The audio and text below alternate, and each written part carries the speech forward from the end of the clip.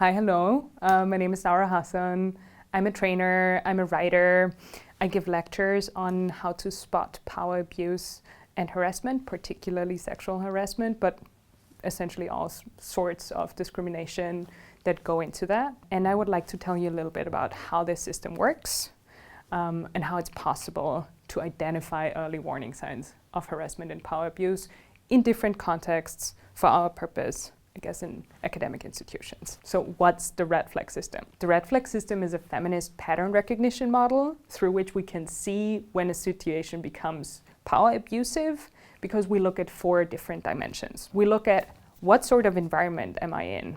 What are the dependencies here? What do the structures look like?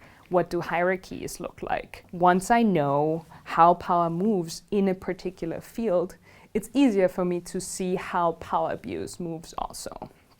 The second dimension is how do perpetrators use their power and abuse their power and apply certain strategies of control and manipulation to create dependency situations for the people that they target. The third dimension is how does the social surrounding, how does the environment make these systems of power abuse stable by either ignoring the problem or actively supporting perpetrators in continuing to abuse their power. So this is the social dimension to it, which draws attention to the fact that this problem isn't something that one single person can perpetrate, but it always takes a village.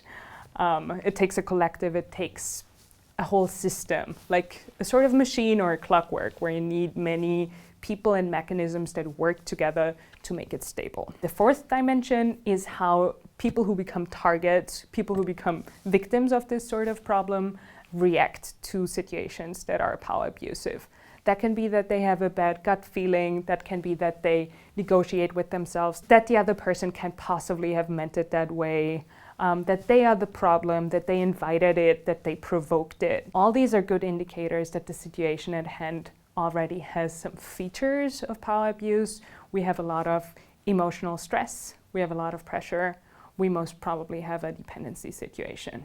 Often in universities, there are already structures that create certain dynamics that are going to happen time and again.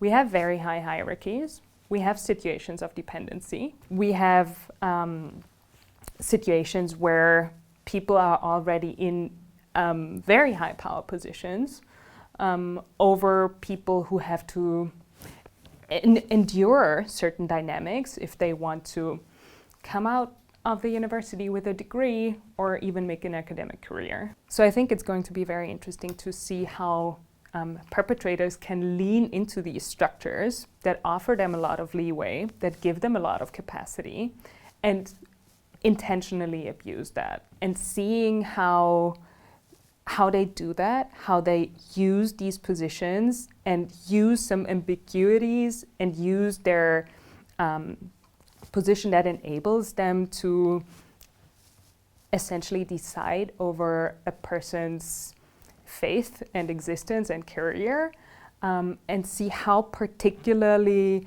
it happens that a perpetrator is going to push boundaries and build up a system of control and manipulation.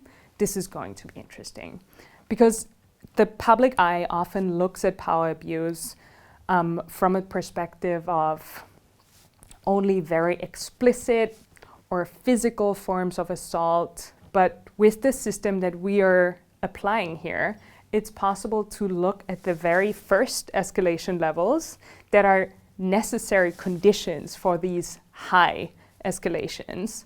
But if we only pay attention here, we have missed all of the moments that have pointed to the problem already for a very long time.